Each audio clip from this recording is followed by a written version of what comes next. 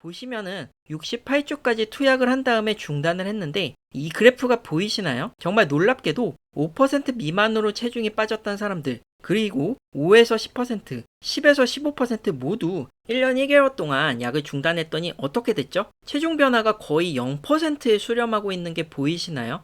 어차피 위고비 펜 하나를 국내에 들여오는 공급가를 보셨죠? 하나에 37만 원이 넘어요. 그러면 그걸 받아서 처방해서 파는 의사나 의료진들은 과연 얼마를 여러분한테 요구할까요? 여러분들한테 이 위고비를 그냥 아무렇게나 처방하는 의사는 환자에 대한 기본적인 배려가 없는 거라고 저는 생각해요.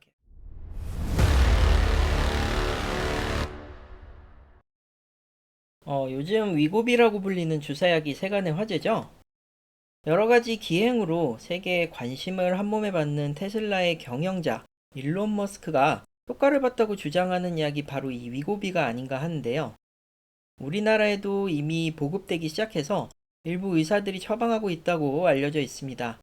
벌써 생각보다 많은 사람들이 이 위고비를 받았다고 주장을 하고 있어요. 근데 저 내내 의사가 살펴본 바로는 지금 대부분 원래 출시된 약의 의도하고는 전혀 상관이 없게 좀 아무렇게나 처방하는 일이 벌써 비일비재하다고 하거든요. 뉴스에서도 지금 이 사안을 조금 중대하게 다루고 있고요. 처음에는 이제 굉장히 좋은 약이다, 최고의 비만 치료제다, 이런 의견들이 있었는데 어느새 점점 처방한 지 뭐 지금 한 달도 안 됐는데 벌써부터 문제가 좀 많다. 위고비 이대로는 안 된다. 이런 얘기들도 나오고 있고. 그런데 조금 걱정이 되긴 하거든요. 제가 담당하고 있는 병원에서는 아직 위고비가 들어왔다는 얘기는 없어요. 그래서 저도 아직 처방은 안 하고 있기는 한데, 제가 원래 내분비내과 의사다 보니까 이 비만도 다루는 그런 측면이 있어서 위고비가 나오게 된다면은 필요한 사람한테 좀 처방하려고 준비는 하고 있었거든요. 근데 보면은 실제 의료 현장에서는 비만 전문 치료에 자격이 없는 의사들이 좀 내키는 대로 환자가 달라고 하면 그냥 줘버리고, 때로는 뭐 환자가 필요하다고 하지도 않는데 이게 의사의 주도로 필요 없는 사람한테 처방을 하는 경우까지 있다고 해요. 지금 보시면 벌써 개인 의원 등의 인터넷 홈페이지나 인스타그램, 요즘은 광고할 때 인스타그램이 되게 중요하잖아요. 그래서 인스타그램 같은 거를 보면은 위고비라는 약을 쉽게 찾아볼 수 있어요.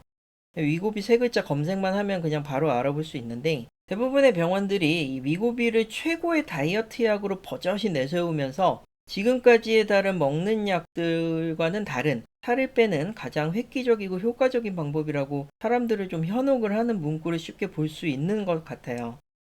이게 제가 보는 기준에서는 근데 말도 안 되는 얘기인데, 이 자극적인 얘기들을 계속 여러 번 접하다 보니까 어느새 여러분들은 위고비 하면은 그냥 단순히 그거 뭐 살 잘 빠지는 약 아니야? 엄청 비싼데 효과는 최고라던데?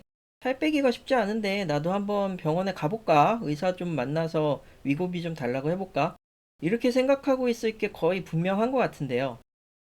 근데 뭐 실상은 위고비는 전혀 그런 약이 아니고요.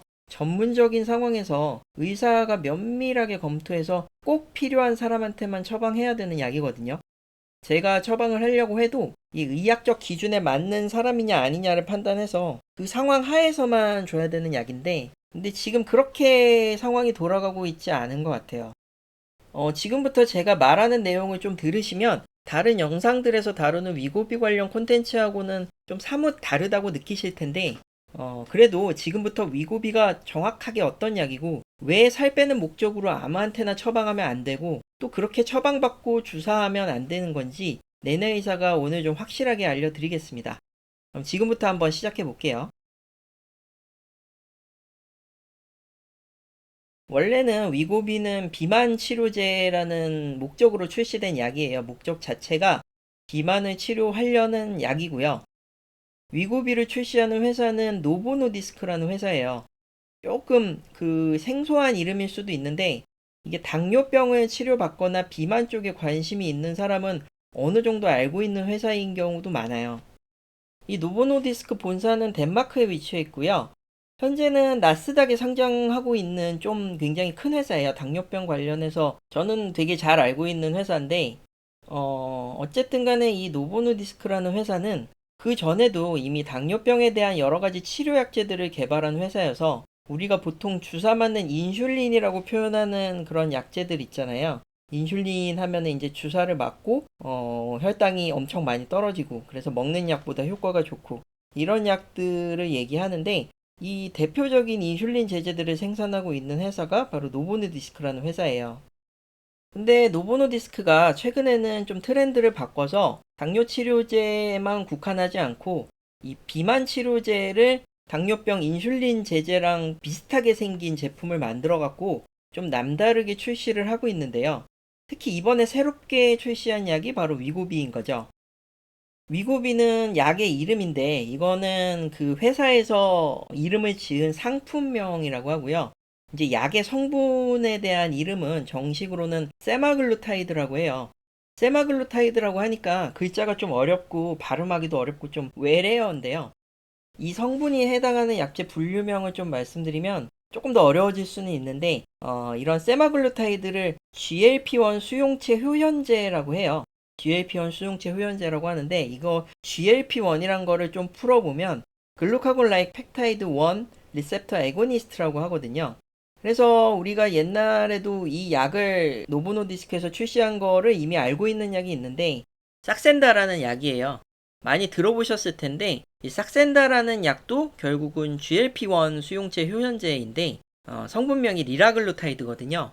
아까 얘기한 그 세마글루타이드, 위고비란 약의 성분명 그리고 이 삭센다라는 약은 리라글루타이드니까 두 약은 같은 형제약이라고 볼 수도 있어요.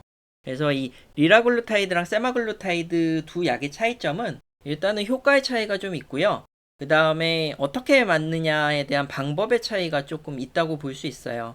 지금까지 알려진 바로는 이제 새로 출시된 세마글루타이드인 위고비 같은 경우에는 좀 더 고도비만의 환자한테 사용을 하고 체지방 감소랑 체중 감소율이 기존 리라글루타이드인 삭센다보다 조금 더 효과가 좋다고 되어 있어요. 그리고 위고비는 일주일에 한 번 자가주사를 하면 되는데 삭센다는 예전에 써보신 분들도 많이 계실 테니까 보면은 주사제인데 매일매일 한 번씩 자가주사를 해야 되잖아요. 그래서 지금 보면은 위고비란 약이 편리성 면에서는 조금 더 앞서는 측면이 있죠. 근데 분명히 성분명은 비슷한 약들인데 같은 종류의 약이란 말이에요. 근데 이게 투약 주기가 왜 이렇게 다르냐 하면요. 원래 GLP-1이라는 거는 우리 몸속의 호르몬인데 저 내내의사가 주로 다루는 내분비내과의 주된 관심사죠. GLP-1은 원래 식사를 하게 되면 우리 몸에서 내가 지금 식사를 하고 있다라는 신호를 우리 몸속에 보내고 그 신호를 받은 위장관들이 이제 연동운동이라고 해서 음식물을 보내는 작용도 하고 위액이 나와서 소화를 시키기도 하고 또 장에서도 장액이 나와서 소화 흡수를 돕기도 하고 여러 가지 일을 하게 되는데 이 과정에서 호르몬이 여러 관련을 하게 돼요. 그런데 여러 가지 호르몬의 작용 중에 흡수된 영양소를 적재적소에 공급하고 적절하게 만드는 그런 호르몬들이 있거든요. 그래서 이런 호르몬들이 제대로 발휘를 하면은 혈당이 너무 올라가지도 않고 너무 떨어지지도 않고 평형을 유지할 수 있는 그런 작용을 하게 되는데 이 중에서 GLP-1이라는 호르몬들은 이제 혈당을 주로 올리는 포도당이 몸 안에 너무 많이 생기거나 너무 많이 돌아다니지 않도록 조절을 하는 기능을 해요. 사실 이 GLP-1 말고도 GIP라는 호르몬도 있는데 이 두 호르몬들을 묶어서 내분비내과에서는 인크레틴 호르몬이다라는 어려운 말로 쓰기도 하거든요. 어쨌든 간에 이 호르몬들이 주로 작용하게 되면 우리가 음식을 아무리 많이 먹어도 위에서 소화작용을 조금 늦춘다던가 천천히 소화하게 한다던가 소화가 다 돼서 이 포도당 같은 에너지원들이 많아져도 이거로 하여금 혈당이 급격하게 오르는 것을 막아주는 그런 좋은 작용들을 하거든요. 자, 그뿐만이 아니고요. 우리가 또 식사를 하게 되면은 위장에서 인크레틴 호르몬이 나오는 뿐만 아니라 췌장에서 인슐린이 나와요. 인슐린 많이 들어보셨죠? 이거 인슐린이 우리 몸에서 유일하게 혈당을 떨어뜨려주는 아주 고마운 그런 호르몬인데요. 이 췌장에서 인슐린 분비가 좀 더 원활하고 인슐린 작용이 잘 되도록 만들어주는 게 또 이 인크레틴 호르몬이거든요. 아까 얘기한 GLP-1 같은 호르몬 말이죠. 그래서 이제 필요 없는 혈당 상승을 또 막아주는 역할을 하게 되는 거예요. 이렇게 여러 가지 호르몬들이 서로 연관돼서 유기적으로 움직이는 게 우리 인체라는 거죠. 자, GLP-1은 이런 췌장의 역할을 도와주고 그 위장 간의 운동을 도와주는 것뿐만 아니라 우리가 간에서 포도당이 새로 만들어지는 역할을 하기도 하거든요. 그래서 간이 쓸데없이 음식 재료를 가지고 포도당을 새로 만들어서 혈관에 풀어버리는 역할도 좀 막아주거든요.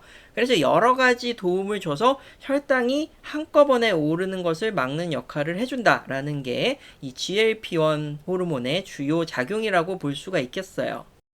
근데 아까부터 제가 비만 치료제와 관련된 이 GLP-1 수용체 효연제 얘기를 하면서 자꾸 혈당 얘기를 하는데, 그러면 이 GLP-1과 관련된 약들은 결국은 혈당을 올리지 않게 하는데 이게 그러면 당뇨약이 아닌가 싶은 생각이 드실 거예요. 정답이에요. 그게 맞아요. 원래는 당뇨약으로 출시된 주사제예요, 사실은. 이게 개발 당시에는 당뇨 치료를 위해서 만들어진 약인데 삭센다랑 위고비 모두 다. 근데 사실은 당뇨의 치료 효과를 보이면서 신기하게도 체중이 같이 줄어드는 임상 효과를 보였다는 거죠. 임상 실험 단계에서 이제 당뇨의 효과가 있는데 체중이 줄어드는 임상 효과가 훨씬 큰 거예요. 그래서 현재는 출시 자체가 당뇨약보다는 비만 치료제라는 목적으로 처방을 하고 있다고 보시면 되겠습니다. 근데 어쨌든 원래의 목적은 당뇨약으로 나온 약인데 이게 다른 작용인 비만 치료가 훨씬 크다 보니까 이거는 원래의 목적보다는 비만 치료제로서의 가치가 더 크다. 그래서 현재는 비만 치료제로 나와서 이렇게 처방을 하고 있다고 보시면 돼요. 어쨌든 다시 돌아가서 문제는 평소에는 이 GLP-1이라는 호르몬이 우리 몸에서 작용하는데 밥을 먹으면 바로 나와서 작용을 하고 2, 3분 정도 후에 바로 감퇴돼 버린다는 거예요. 작용이 줄어든다는 거죠. 음식을 먹은 지 수분 이내에 호르몬의 작용이 최대가 되고 이후에는 그냥 빠르게 없어져 버린다는 거예요. 자, 근데 이런 상황에서 우리가 예전 약인 삭센다라는 것을 투여하면 삭센다는 이 GLP-1의 작용이 하루 반나절 이상 지속되게 해요.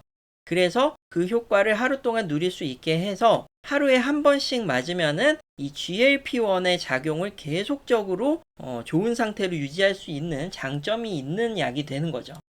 자, 근데 위고비라는 약은 아까 얘기했듯이 이제 일주일에 한 번 맞는다고 했잖아요. 그래서 위고비를 투여하면은 임상 실험에서 아주 놀랍게도 GLP-1의 작용이 일주일 정도까지 유지된다는 게 입증이 된 거예요. 그래서 현재 삭센다는 출시한 목적 자체가 하루에 한 번짜리 약, 그리고 위고비는 일주일에 한 번짜리 약, 이렇게 된 거고요. 일주일에 한 번씩 맞아도 효과가 충분히 생겨서 혈당도 안 오르고 지방하고 체중도 효과적으로 빠진다는 의학적 근거가 있기 때문에 많은 사람들이 이 근거를 가지고 현재 살 빼는데 약 처방을 하고 있는 거죠. 자, 하지만 여기서 생각해 볼 게 하나 있는데요. 제가 예전부터 항상 말하고 싶었었는데 약의 효과가 오래가면 뭐다? 부작용도 오래가요. 이거는 어쩔 수 없는 거거든요. 효과가 크면 부작용도 크고요. 효과가 오래가면 부작용도 오래가요. 그러면 삭센다 같은 경우에 효과가 하루에 끝나는데 부작용도 하루 정도밖에 안 가겠죠. 근데 위고비는 효과가 일주일 이상 간대요. 그럼 뭐예요? 부작용도 일주일 이상 오래 갈 수도 있다는 얘기예요. 그래서 부작용이 어떤 건지를 아는 게 굉장히 중요할 수 있어요, 위고비는. 그리고 위고비는 일주일 내내 효과가 유지가 되는 장점이 있지만 그 효과가 원래 우리가 인체에서 자연스럽게는 GLP-1의 작용이 2, 3분 내에 없어져야 된다는 거예요. 근데 2, 3분 내에 없어져야 되는 이유가 있을 거란 말이에요. 근데 그거를 가지고 질질 일주일 내내 여러분들 인체 내에서 위고비가 GLP-1의 작용을 계속 끌고 있다는 거죠. 그러면 그거대로 또 문제가 생길 수가 있거든요. 부작용이 아닐지라도. 그래서 그런 점에 대해서 좀 생각해보는 시간을 지금부터 가질까 해요. 자, 제가 계속 문제시하고 있는 거는 어쨌든 간에 제가 말하는 것도 그렇고 다른 데서 얘기하는 것도 그렇고 위고비가 비만 치료제라고 하잖아요. 비만 치료제다. 그럼 살 빼는 약 맞네 하고 그냥 단정 지어버리는 사람들이 꽤 많을 거라는 거예요. 근데 여기서 제가 꼭 말씀드리고자 하는 바가 있는데 위고비는 그냥 단순히 아무한테나 적용해서 살 빼게 도와주는 약이 절대 아니라는 거예요. 굉장히 조심스럽게 접근해야 될 전문의 약품이고요. 여러 가지 제한점과 문제점을 내포하고 있는 되게 골치 아픈 약이에요. 일단은 이 위고비라는 약이 왜 아무한테나 처방할 수 없는 약인지부터 먼저 설명을 하도록 할게요. 지금 화면을 보시게 되면은 제가 위고비 약제 환자 설명서 내용 중 일부를 가져왔거든요. 근데 저하고 여러분한테 가장 중요한 내용은 이제 처방 기준인데 이거를 한번 자세하게 읽어보도록 할게요. 자, 보시면 위고비는 체중 관리가 필요한 환자한테 쓸 수 있다라고 되어 있어요. 이것만 보면은 그냥 체중 관리하고 싶으면 살 빼고 싶으면 쓸 수 있는 약이다라고 생각할 수 있는데 근데 자세히 보시면은 살을 빼고 싶은 아무한테나 투약하는 게 아니라 다음 요건에 해당하는 환자한테만 쓸 수 있다고 되어 있어요. 처방 당시에 체질량 지수 BMI가 30 이상인 경우에만 처방이 가능해요.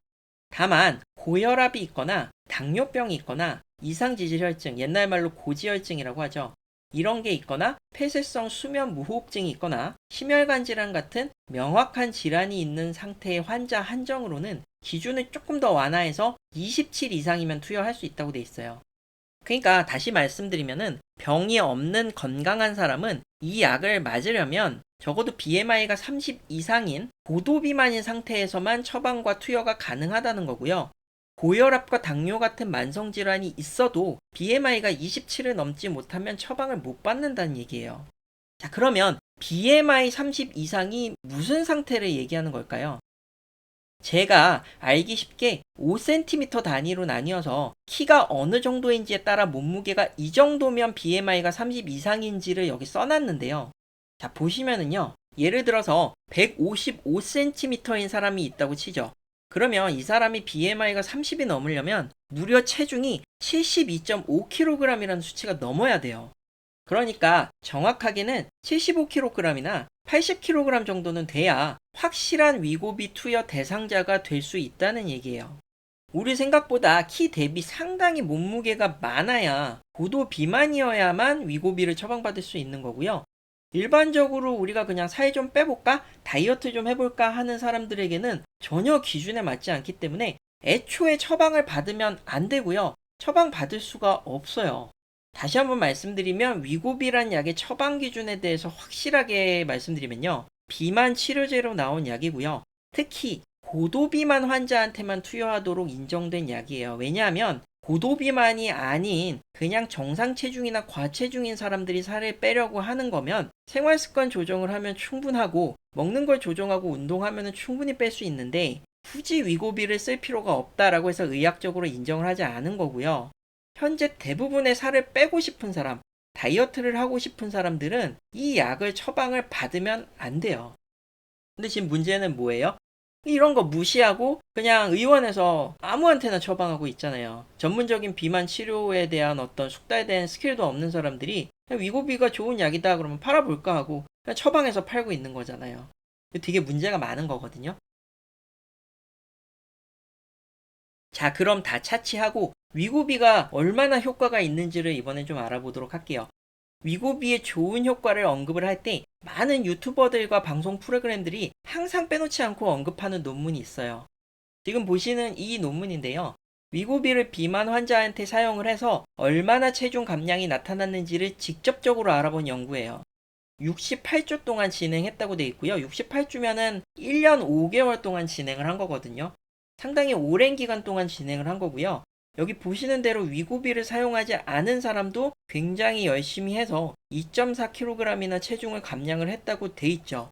근데 뭐 한쪽에서는 물론 본인 노력도 있었겠지만 위고비를 같이 사용한 사람은 무려 14.9kg이나 감소를 했다고 나타나 있어요.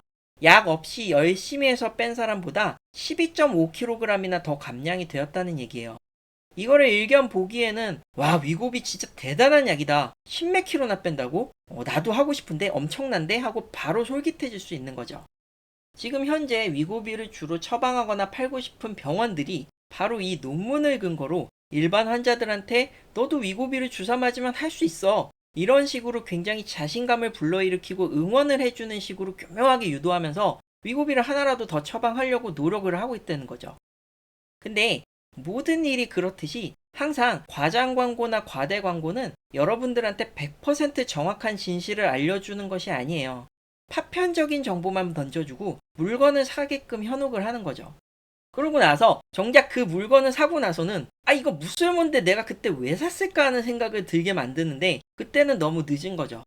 자, 위고비가 이렇게 효과가 있다는 내용이 의학 논문에도 버젓이 게재되어 있는데 왜 내내 의사는 이 약을 권하는 의사들이 엉터리라고 이렇게 주장을 할까요? 그 이유를 지금부터 설명드리겠습니다. 자, 저는 다른 근거를 제시할 건데요. 이 논문을 보시면은 위고비를 사용했을 때 체중이 얼마나 감량했는가도 중요한데 그 후에 만약에 약을 중단했을 경우 그 다음은 또 어떻게 되는가를 조사한 연구 논문이에요. 그래서 연구 기간을 보시면 처음에 위고비를 사용한 기간 68주는 그대로 두고 중단 후에 추적 관찰을 해본 거예요. 그래서 중단 후에 추적 관찰한 기간이 69주차에서 120주차까지 총 52주 동안 받고 1년 1개월 동안 추가적으로 연구 대상자들의 몸무게를 조사를 해봤어요. 그래서 결론을 보시면은 이게 놀라운데 처음 위고비를 마지막으로 사용했던 68주째까지는 일반인이랑 비교해서 17.3%라는 놀라운 체중 감소율을 보인 사람들이 중단한 이후로 그래프가 빠르게 반등하는 게 보이시죠? 그래서 결국 1년 1개월이 지났더니 위고비를 사용하지 않고 있는 사람들보다 고작 5.6% 정도의 체중 차이만 보이더라 하는 결론이에요. 자, 그러니까 처음에 굉장히 효과가 좋더라 하는 위고비의 효능도 약을 중단하게 되면 언제 그랬냐는 듯이 마치 요요 현상처럼 다시 체중이 불어나더라 하는 것이죠. 제 일방적인 추측이기는 하지만 중단하고 추적 관찰한 기간이 만약에 1년 1개월이 아니고 3년 정도였다면 결과가 과연 어땠을까요? 저는 약을 안 썼던 사람의 수준으로 다시 체중이 불어날 게 불보듯 뻔할 것 같은데요. 여러분들은 어떻게 생각하시나요? 자, 그런데 여러분들 중에 일부는 이 논문의 결과를 보고 이렇게 말씀을 하실 수도 있어요. 아니, 어쨌든 1년 이상이나 지났는데 결국 안 쓴 사람보다는 5에서 6% 정도 추가적으로 감소한 게 아니냐. 나는 그럼 충분하다고 생각한다. 처음에 17kg이 빠졌든 20kg이 빠졌든 간에 중단하고 나서 그 효과가 5에서 6kg 정도의 차이로 줄어든다고 해도 나는 그 정도면 괜찮은데 해볼 만한데? 라고 생각하실 분들이 있죠. 제가 맨 처음에 말했었죠. 이 약은 애초에 BMI가 30 이상 혹은 고혈압이나 당뇨가 있어야 겨우 27 이상인 사람들에게서 쓸 수 있다고요. 그러니까 애초에 의학적으로 이 해당 사항이 안 되시는 분들은 처방을 받을 수도 없고 처방을 받아서도 안 된다는 얘기예요. 그러니까 여러분들이 예를 들어 키가 155cm 정도에 몸무게가 60kg인데 난 딱 5kg만 뺄 목적으로 이 위고비를 처방받을 거야. 그러니까 체중이 논문에 나온 것보다 덜 빠져도 나한테는 충분한 의미가 있어라고 이야기할 문제가 아니라는 거예요.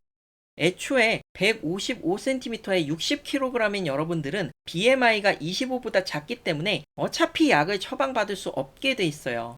키가 155cm 정도 된다면 아까 말씀드렸듯이 몸무게가 적어도 72.5kg은 넘어야 위고비를 쓸 수 있다고요. 아무리 고혈압 당뇨가 있어도요, 몸무게가 65kg은 넘어야 한다는 거예요. 이미 의학적으로 타당한 기준을 못 넘는데 애초에 위고비를 쓰면 안 되는 거라고요.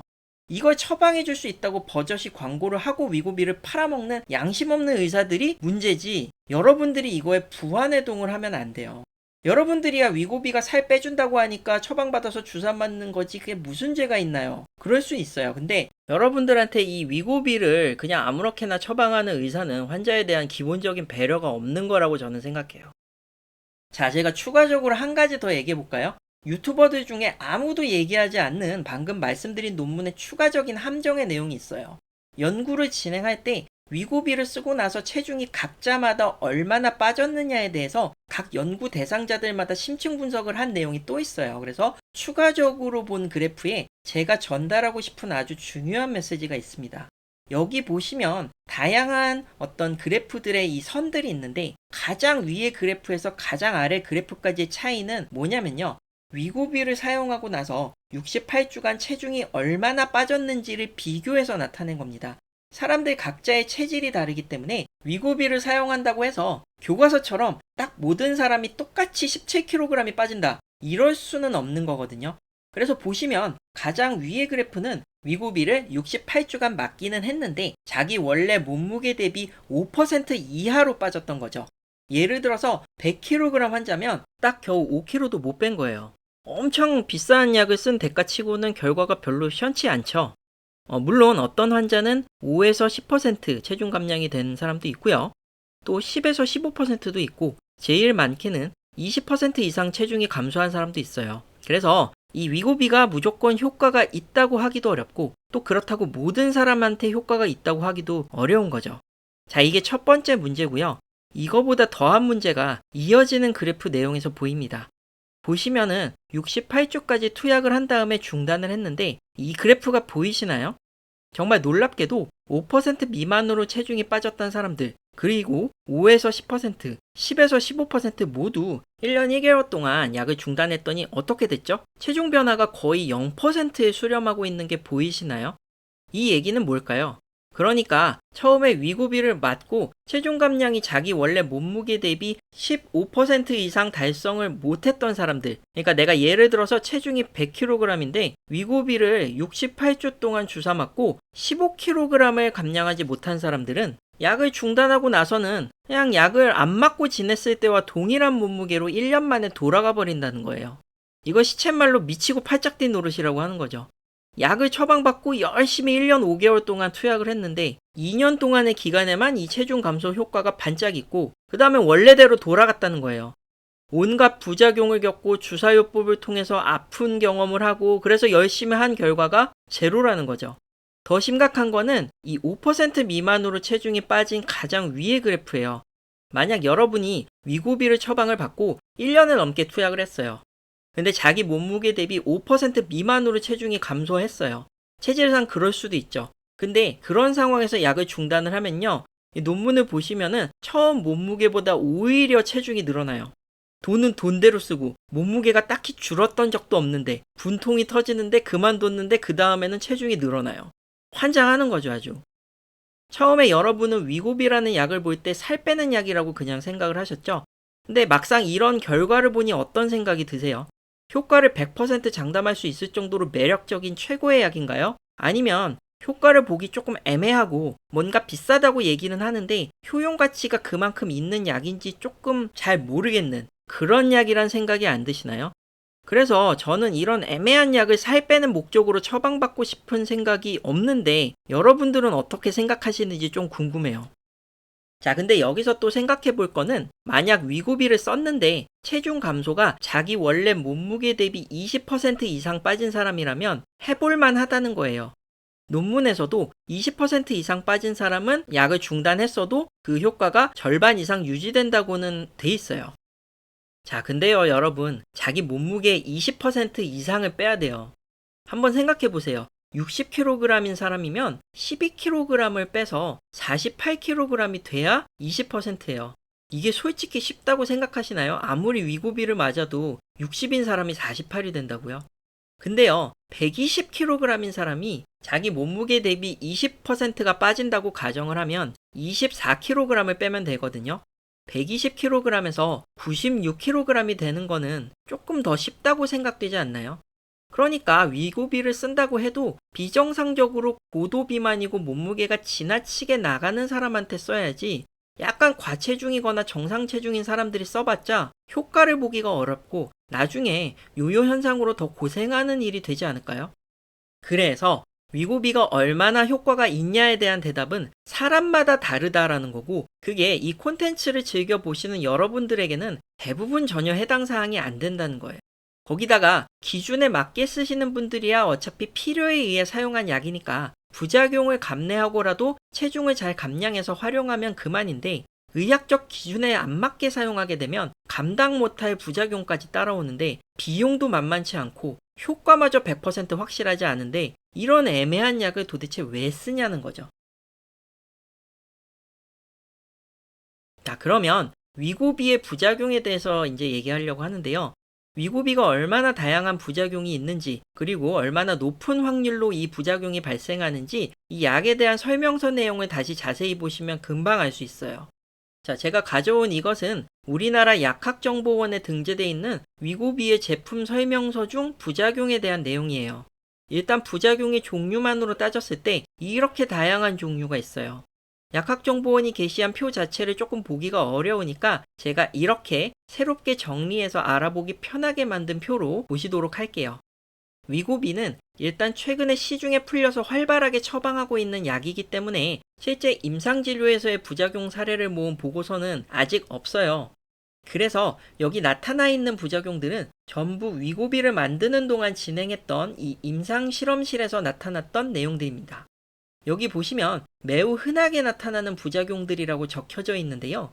모아서 보면 두통, 오심, 구토, 변비 또는 설사, 복통, 그리고 피로 증상이라고 돼 있죠. 딴에는 생각해보면 에이, 다른 식욕 억제제나 다이어트 약들과 비슷한 부작용인데 뭐 그렇게 심각한 건 없네 할 수 있는데요. 이 부작용들이 위고비를 실제 주사 맞았을 때 얼마나 빈번하게 나타나는지 수치로 확인해 보시면 생각이 확 달라지실 거예요. 임상실험 결과로 알려진 이 부작용들의 빈도 중에 제일 빈번하고 중요한 게 바로 오심과 구토인데요. 아시다시피 오심 구토라는 것은 약을 먹은 후에 혹은 약을 맞은 후에 속이 메스꺼리고 울렁거리고 실제로 토하는 비율을 말하는 거예요. 이러한 증상들이 발현할 확률은 대략 68% 이상이라고 합니다. 6.8%가 아니고요. 68%예요. 그러니까 위고비를 투약하고 밥을 못 먹고 속이 울렁거리고 토하는 사람이 그렇지 않은 사람보다 훨씬 많다는 거예요. 약 7대 3 정도로요. 사실 싹센다도 이 정도의 부작용은 아닌데 비슷한 오심구토 비율이 있어서 이 GLP-1 리셉터 애고니스트라는 약들 자체가 식욕 억제를 속을 울렁거리고 토하게 해서 만든다는 이야기도 있을 정도예요. 자, 물론 제대로 밥을 못 먹으면 당연히 살이 빠지겠죠. 근데 아무리 봐도 이런 부작용을 감내하면서 토하고 속 울렁거리고 메스꺼리고 밥도 제대로 못 먹고 이러는데 일상생활이 과연 제대로 이루어질 수 있을까요? 이런 위장장애와 관련된 부작용은 경우에 따라서는 한 사람의 삶의 질을 완전히 달라지게 하는 치명적인 문제일 수가 있는데 10명 중에 7명 가까이 생긴다는 것은 약 자체를 투여를 하는 게 정말 맞는 건가 심각하게 고민해 볼 문제라고 저는 생각합니다.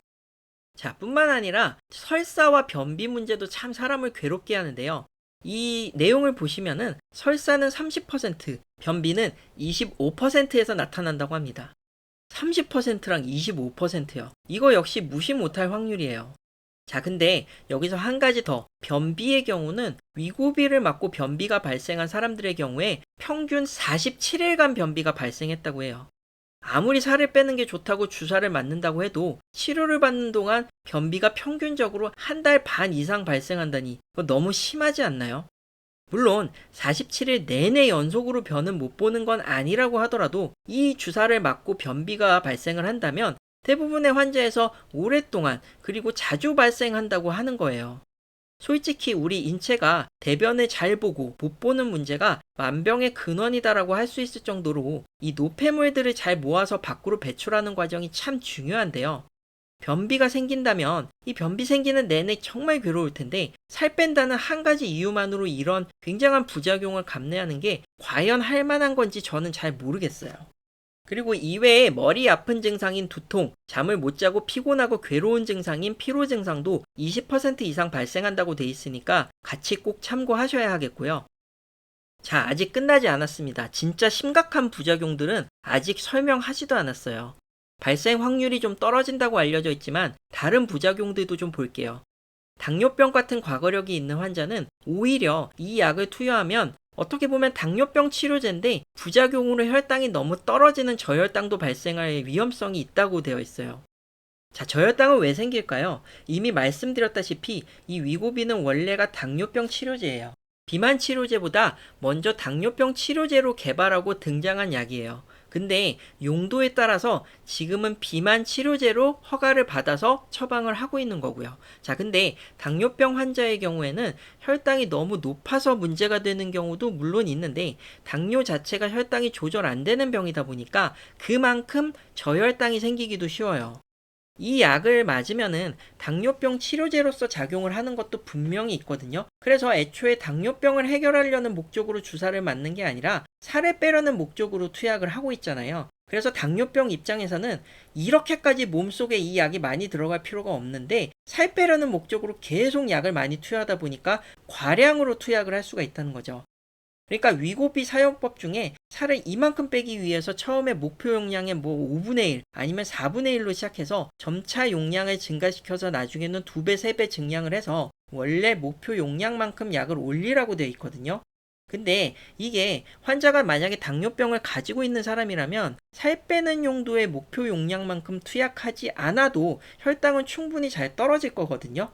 근데 이 수준을 넘어서 목표 용량만큼 약을 올려버리게 되면 당뇨병으로서의 효과는 지나치게 강해버리니까 혈당이 잘 조절되는 상황을 넘어서 약이 너무 센 나머지 저혈당이 와버린다는 거죠.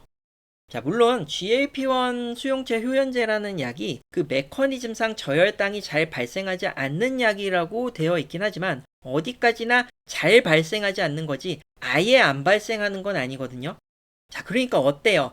살 빼자고 약을 막 올리다가 저혈당으로 오히려 고생하거나 의식까지 잃어버릴 수 있다는 거예요. 저혈당으로 뇌기능까지 떨어지는 치명적인 결과를 초래할 수도 있는 거죠. 이런 점을 생각해보면 단순히 살을 빼고 싶다고 당뇨병 치료제이기도 한 위고비를 막 용량을 올리면서 주사를 한다는 거는 위험한 일이 될 수가 있어요. 그리고 이 위고비는 당뇨병 치료제이자 비만 치료제임에도 불구하고 참 계륵 같은 부작용을 하나 또 가지고 있거든요. 여기 보시면 당뇨병 환자한테 사용 시 자칫 잘못하면 당뇨병성 망막병증에 악영향을 줄 수 있다고 보고하고 있어요. 당뇨를 치료하시는 분들은 이미 잘 아시겠지만, 자, 우리가 당뇨를 왜 치료하는 거죠? 그쵸. 합병증이 오지 않게 예방하려고 치료하는 거죠. 그러니까 현재 당뇨병이 있어서 혈당 수치가 200이 되었건 300이 되었건 말기 당뇨병 상태가 아니라면 증상은 사실 별로 없거든요. 그러니까 다시 말하자면 내가 치료를 왜 하냐는 동기부여가 참 부족한 병이 이 당뇨예요. 그래서 이 치료 동기를 설명하자면 아직 내 몸에 오지 않은 합병증을 방지한다라는 목적이 확고하게 있어야 제대로 치료받을 수 있다는 거예요. 그런데 어때요? 위고비로 비만 치료를 한다고 약을 썼는데 만약 치료받는 사람이 당뇨 환자예요. 근데 당뇨 환자 중에 망막병증이 있을 수도 있거든요. 근데 이런 상황에서 위고비를 쓰게 되면 그 망막병증이 악화될 수가 있다는 거죠. 아니, 당뇨 치료를 합병증을 해결하려고 하는데 거꾸로 약을 쓰면 눈에 합병증 위험성이 있다? 완전히 언어도단이죠. 물론 위고비가 비만 치료제로 쓰기는 하는데 당뇨에 효과가 있다면서 당뇨 합병증도 조절을 못한다. 이 이야기는 뭐냐면 비만 치료제로 먼저 약을 출시하고 싶으니까 당뇨에 대해서는 그 효능과 부작용에 대해서 완벽하게 위험성을 제어하고 나서 출시한 약이 아니라는 거예요. 물론 모든 약은 완벽하지 않기 때문에 맹목적으로 너무 비난하는 것은 옳지 않을 수 있어요. 근데 제가 말씀드리고 싶은 것은 그만큼 이 위고비란 게 애초에 당뇨 치료보다는 비만 치료 목적으로 나온 약이고 그만큼 기존의 약들보다는 훨씬 그 효과가 센 제품으로 알려져 있기 때문에 이렇게 생뚱맞게 보이는 심각한 부작용에 대해서도 꼭 생각을 해봐야 된다는 거예요. 자, 이외에도 보다 보면 좀 섬뜩한 부작용들이 있는 것을 알 수 있어요. 예를 들면 여기 흔하게 온다고 하는 부작용 중에 담석증이 있죠. 담석이라면 우리 몸속 쓸개, 그러니까 담낭에 돌이 생긴다는 이야기잖아요. 아니 근데 담석이 생긴다는 게 그렇게 쉬운 얘기는 아니거든요. 제가 비록 담낭을 전문으로 치료하는 소화기내과나 외과 전문의는 아닌데 담석이 생기면 크기가 큰 경우에 담낭을 수술로 떼야 된다고 들은 적도 있어요. 근데 담석이 흔하게 생긴다고 하면 이 위고비라는 약 진짜 괜찮은 건가요? 이뿐만 아니라 모발 손실도 있다고 해요. 그러니까 탈모가 생긴다는 거예요. 남자에게 있어서 무엇보다 중요한 이 머리숱. 물론 여자도 중요한 건 마찬가지인데 머리털이 드물게도 아니고 흔하게 빠진다고 돼 있는데 살 한 번 빼려다가 너무 손해보는 게 많지 않나라는 생각이 들어요. 그리고 드물게 발생하는 부작용 중에는 급성 췌장염도 있죠. 여기 보시면 임상검사에서 아밀레이스랑 라이페이스가 증가한다고 하는데 이게 바로 췌장염이 생긴다는 검사 지표를 나타내는 것들이거든요. 그러니까 이 둘은 서로 연관돼 있다는 거죠. 드물지만 거의 확실하게 위고비를 주사 맞다가 췌장에 문제가 생길 수 있다는 거예요. 물론 췌장암 같은 무서운 병은 아닌데 췌장에 문제가 생기면 자칫 잘못하면 수명이 단축될 수도 있거든요. 이런 심각한 부작용을 떠안고 살을 몇 킬로 혹은 몇십 킬로 편하게 주사 맞고 빼자고 하는 게 이 부작용들이 제대로 알게 되면 호기심이나 애매한 생각으로 체중을 줄이겠다는 생각이 아마 싹 없어지지 않을까요? 뭘 어떻게 해요? 느리지만 효과적인 방법이 있잖아요. 다들 알고 있죠. 생활습관 조절을 잘해서 식습관, 운동 습관을 바꾸고 이를 통해 체중을 점차적으로 줄여나가셔야죠. 뻔히 다들 알고 있지만 아무도 안 하시죠? 왜냐? 엄청 힘들거든요. 뭐 몇 년을 고생해서 겨우 5kg 감량하고 또 몇 년을 고생해서 10kg 감량하고 당장 눈앞에 확 체중이 줄어드는 것을 볼 수 있는 것도 아니고 운동하고 먹고 싶은 거 안 먹고 힘들어 죽겠는데 살을 그동안 어떻게 빼라는지 되게 답답하죠. 그렇죠. 자, 세상 일에 거저 얻어지는 게 있던가요? 살 빼는 것도 마찬가지예요. 내가 지금까지 먹어왔기 때문에 주로 살찌는 음식을 섭취해왔기 때문에 점점 무럭무럭 체중이 올라온 거잖아요. 뒤돌아보면 살찌는데도 몇 년 이상 걸렸죠. 단지 한두 달 만에 20kg이 갑자기 불고 며칠 만에 5kg이 불고 이런 일은 웬간해선 잘 없잖아요. 그러면 살이 찌는데 몇 년이 걸렸다면 살을 빼는데도 동일한 시간이 걸린다는 걸 이제 그만 인정을 하셔야죠. 살이 찐 시간만큼 빼는데 걸리는 시간도 많이 걸리는 게 당연한 거고, 그리고 지금까지 잉여 칼로리로 지방세포를 늘릴 대로 늘려놨으니 지금부터는 칼로리를 오히려 정상보다 줄여서 지방세포를 없애고 운동을 열심히 해서 근육량을 보존하면서 살을 빼셔야죠. 뭐 다른 방법이 있나요? 뭐 이렇게 딸깍 주사 한 번으로 손쉽게 아무 문제 없이 살만 딱 뺄 수 있으면 얼마나 좋을까요? 하지만 안타깝게도 위고비는 물론이고 예전 싹센다라는 약도 정상 체중에서 약간 벗어난 여러분들에게 허용된 약이 아니에요. 말씀드린 것처럼 10kg 이내로 체중 감량하려는 목적에는 별반 도움도 되지 않고요. 오히려 약을 중단한 후에 마치 요요 현상처럼 원래 체중으로 돌아가기만 하죠. 조금만 생각해봐도 알 수 있는 게 이 약은 원래 식욕 억제제잖아요. 근데 수개월 이상 억눌렸던 식욕이 약을 중단하고 나면 그 반대급부가 얼마나 세게 다가오겠어요. 얼마 지나지 않아 체중이 다시 늘어나는 게 너무나도 명약관화한 일이에요. 굳이 약을 사용해보지 않아도 이론적으로 너무 그럴 수밖에 없다는 결론이 나죠. 자, 이 콘텐츠를 다 보고 나셔서 김이 새셨을 수도 있고요. 살 빼는 일에 포기를 하고 좌절하거나 우울해하실 수도 있어요. 그렇지만 잘 생각해 보셔야 돼요. 어차피 위고비 펜 하나를 국내에 들여오는 공급가를 보셨죠? 하나에 37만 원이 넘어요. 그러면 그걸 받아서 처방해서 파는 의사나 의료진들은 과연 얼마를 여러분한테 요구할까요? 양심을 팔고 아무한테나 처방하려고 판매하려는 의사님들이랑 약사님들은 이때가 기회다라고 해서 부르는 게 값일 거는 뻔하지 않을까요? 어차피 여러분들한테 의학적인 기준으로도 사용을 애초에 못하고 설사 기준이 돼서 사용한다 하더라도 수많은 부작용을 감내하고 주사를 맞아야 되는 거거든요. 근데 저는 그냥 위고비란 약이 처음부터 없었다고 생각하시고 스스로의 노력으로 체중 감량을 하시는 거를 적극 추천합니다. 인터넷과 방송에 만연한 광고를 보시고 그저 정상보다 조금 불어난 몸무게를 가진 BMI 20에서 25 사이의 과체중인 분들이 그냥 돈을 쫓는 인플루언서라든지 광고 모델 등을 동반해서 갖은 가머니설을 얘기하는 엉터리 의료진들의 말에 속게 되면 안 돼요. 또 그렇게 해서 필요도 없이 위험할 수 있는 이 위고비란 약을 찾는 경우가 점점 많아지는데 이런 일도 생겨선 안 되고요. 당뇨병을 비롯한 인체 내 호르몬 건강과 대사작용의 선순환을 항상 고민하는 저와 같은 내분비내과의 의사들의 시름이 요즘 자꾸 깊어지고 있는 게 이 위고비 때문이에요. 잘못된 살을 빼고 싶은 욕구와 몇몇 이익만을 쫓아 움직이는 의사들의 그릇된 처방이 앞으로도 잘 어우러져서 결국은 위고비가 필요도 없는 사람들한테 소비되는 현상이 계속 발생할 거고요. 실제 고도비만으로 정말 힘들어하는 사람들한테는 오히려 지나친 약제 소비로 인해 발생하는 품절 사태로 인해서 제대로 된 치료의 기회를 받지 못하게 되는 결과를 초래할 수 있는 것도 또 다른 걱정거리예요. 그래서 이 방송을 보시는 여러분들이라도 위고비를 맞고 살을 빼고 싶으셨다면 2번, 3번 생각해 보시고 생각을 해보셨더라도 절대 처방받지 마시기를 권해드립니다. 저는 다음에 더 유익하고 건강한 콘텐츠로 돌아오겠습니다. 감사합니다.